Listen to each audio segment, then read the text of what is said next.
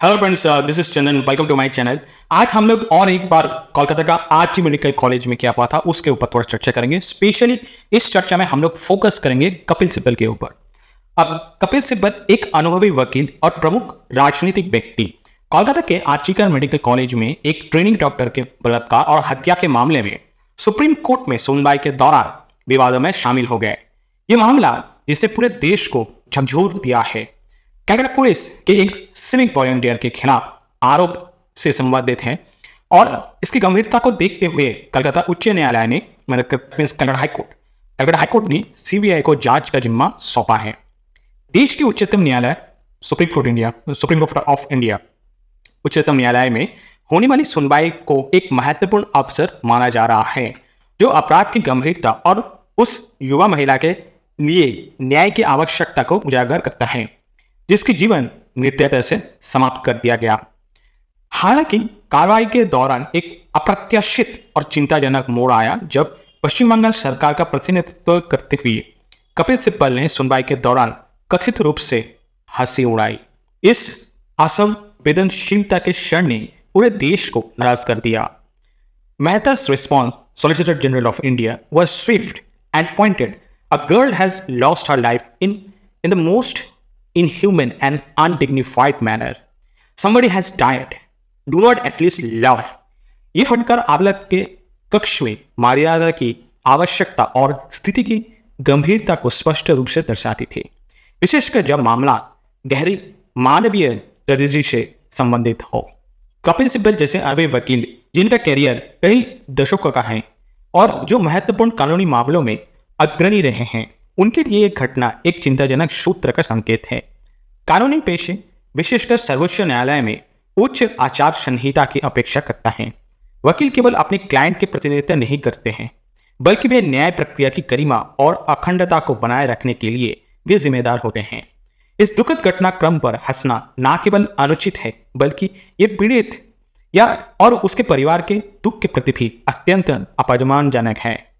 कपिल सिब्बल का व्यवहार उस विभाजन को उजागर करता है जो अक्सर सत्ता में बैठे लोगों और सामान्य नागरिक की वास्तविकता के बीच होते हैं। ये एक ऐसा मामला था जिसने पूरे समाज को हिलाकर रख दिया, जिसमें एक युवा महिला जो प्रतिभाशील और संभावनाओं से भरी हुई थी, वो भयानक अपराध का शिकार बन गई। उनकी मृत्यु केवल एक आंकड़ा स्टैटिस्टिक्स नहीं थी, ये एक जीवन था जिसे निर्दयता से समाप्त कर दिया गया। फिर भी उस क्षण में कपिल सिब्बल की हंसी ने मामले की गंभीरता को हल्का कर दिया, जिससे यह न्याय की लड़ाई के बजाय केवल एक कानूनी विवाद बनकर रह गया। सॉलिसिटर जनरल तुषार मेहता की प्रतिक्रिया केवल न्यायालय की गरिमा की रक्षा करने वाली नहीं थी, बल्कि ये पीड़िता की प्रतिष्ठा की भी सुरक्षा कर रही थी। ये तथ्य अत्यंत चिंताजनक है कि वरिष्ठ वकील कपिल सिब्बल को एक युवा महिला के क्रूर बलात्कार और हत्या से संबंधित मामले में हंसी का अनुभव हो सकता है, जो कानूनी पेशे और उनके द्वारा सेवा किए जाने वाले व्यक्तियों की वास्तविकता के बीच एक गहरा और परेशान करने वाला अंतर प्रकट करता है। यह असंवेदनशीलता का एक गंभीर संकेत है, विशेषकर तब जब हम ऐसे मामले की चर्चा कर रहे हैं जिनमें अत्यधिक मानवीय पीड़ा शामिल होती है। अदालत कक्ष विशेषकर सर्वोच्च न्यायालय के किसी भी प्रकार की मजाक के लिए उपयुक्त स्थान नहीं है। यह वो स्थान है जहां सबसे गंभीर और गंभीर महत्वपूर्ण मामले पर विचार किया जाता है और जहां उन व्यक्तियों के लिए न्याय की मांग की जाती है जिन्हें असहनीय कष्ट सहा है और जिन्होंने असहनीय कष्ट झेला है।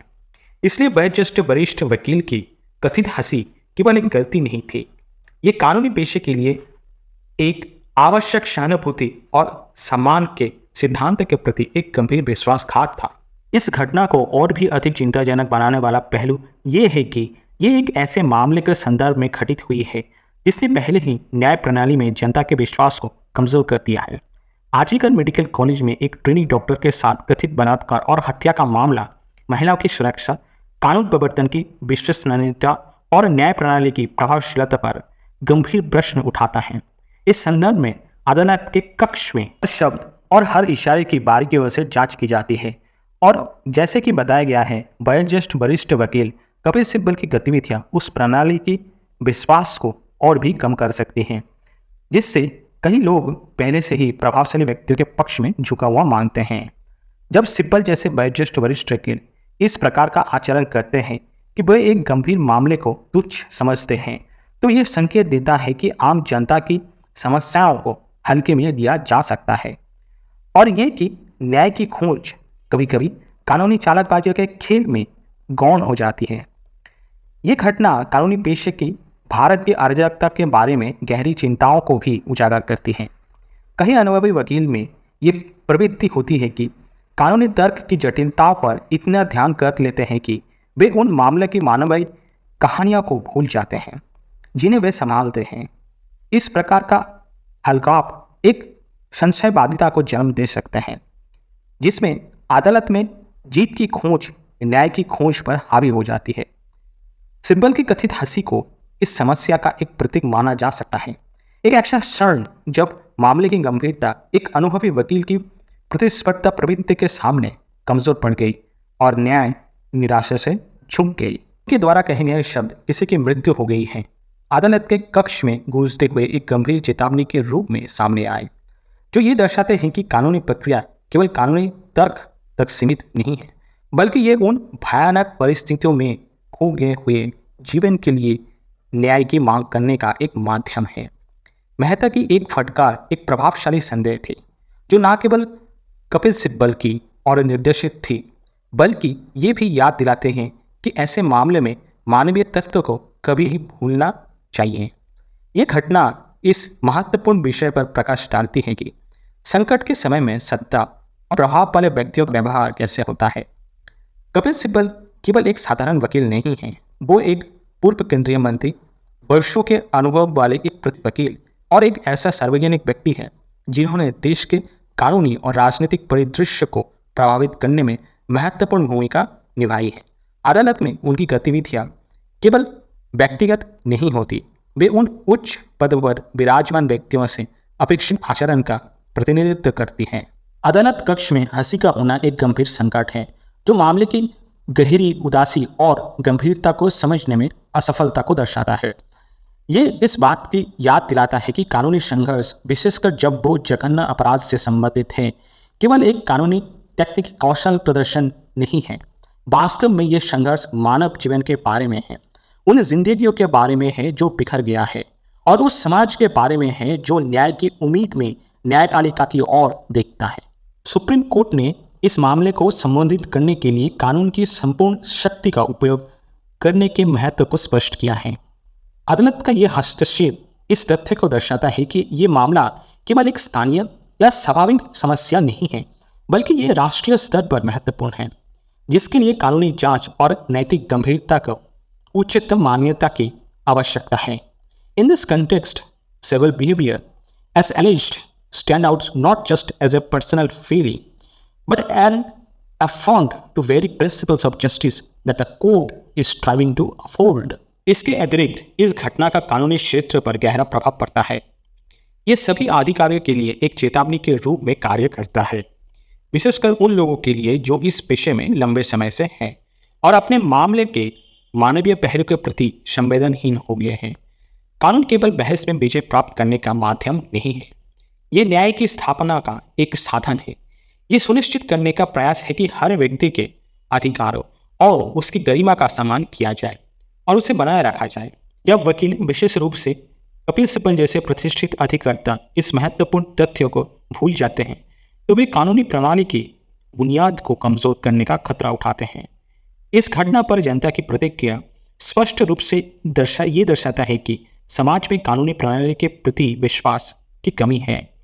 ऐसे मामलों में जहां अमीर और प्रभावशाली व्यक्तियों को विशेष प्राथमिकता दी जाती है, इस प्रकार का व्यवहार नकारात्मक धारणाओं को और भी प्रबल बनाती है। अदालत का कक्ष केवल कानूनी प्रक्रिया का स्थल नहीं है, बल्कि ये एक ऐसा मंच है जहां न्याय की उपस्थिति अनिवार्य है। उस वातावरण में किए गए प्रत्येक कार्य और बोले गए प्रत्येक शब्द का विशेष महत्व होता है। वयोज्येष्ठ वरिष्ठ वकील कपिल सिब्बल का इस गंभीर सुनवाई के दौरान कथित रूप से हंसना न केवल पीड़ित परिवार के लिए अपमानजनक है, बल्कि ये पूरे समाज को भी एक गलत संदेश भेजता है। इस प्रकार वयोज्येष्ठ वरिष्ठ वकील कपिल सिब्बल की कथित हंसी को एक साधारण गलती के रूप में नहीं देखा जा सकता। ये एक वयोज्येष्ठ वरिष्ठ वकील के लिए अपेक्षित नैतिक मान्यता का गंभीर उल्लंघन है। ये न केवल कार्यवाही की गंभीरता को कम करता है बल्कि मामले की गंभीरता को भी हल्का करते हैं। वयोज्येष्ठ वरिष्ठ वकील कपिल सिब्बल के अनुभव और प्रतिष्ठा के संदर्भ में ये एक स्पष्ट संकेत है कि किसी भी पेशेवर के लिए, चाहे वो कितनी भी अनुभवी क्यों ना हो, असंवेदनशीलता के लिए कोई बहाना नहीं होना चाहिए, विशेषकर उन मामले में जो कि गहरी मानवीय पीड़ा से जुड़ी हुई होती है। Solicitor general Tushar Mehta's response was a defense of the victim's dignity, a call to remember that the law exists to protect and serve the people, not to be used as a tool for personal amusement or professional posturing. The courtroom is not just a place for legal battles. It is a place where lives and the future of real people are at stake. With this note, let's wrap up this video for today. Thank you guys for watching this video till the end. आपसे मुलाकात होगा next video पे. Till then, bye bye. Medical College Hospital police outpost that a lady of PG trainee of so-and-so was found lying in unconscious state at so-and-so medicine department of third floor of emergency building in so-and-so according to informed sector 92 OC and under his order leading PS with lady police. So this is not general diary entry. What is? That is what DD is. That's Not what somebody has lost the That's life. according to the Don't rules. at least laugh. One second. According at to the least rules laugh. Maharaj, that we follow, A girl has these lost regulations her we've life. done in accordance.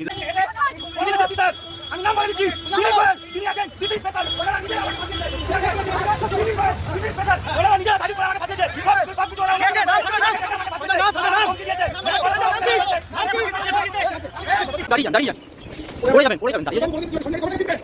পড়ে যাবেন, আস্তে যান, আস্তে যান। পড়ে যাবেন দাদা। পড়ে যাবেন, আস্তে, আস্তে। আস্তে।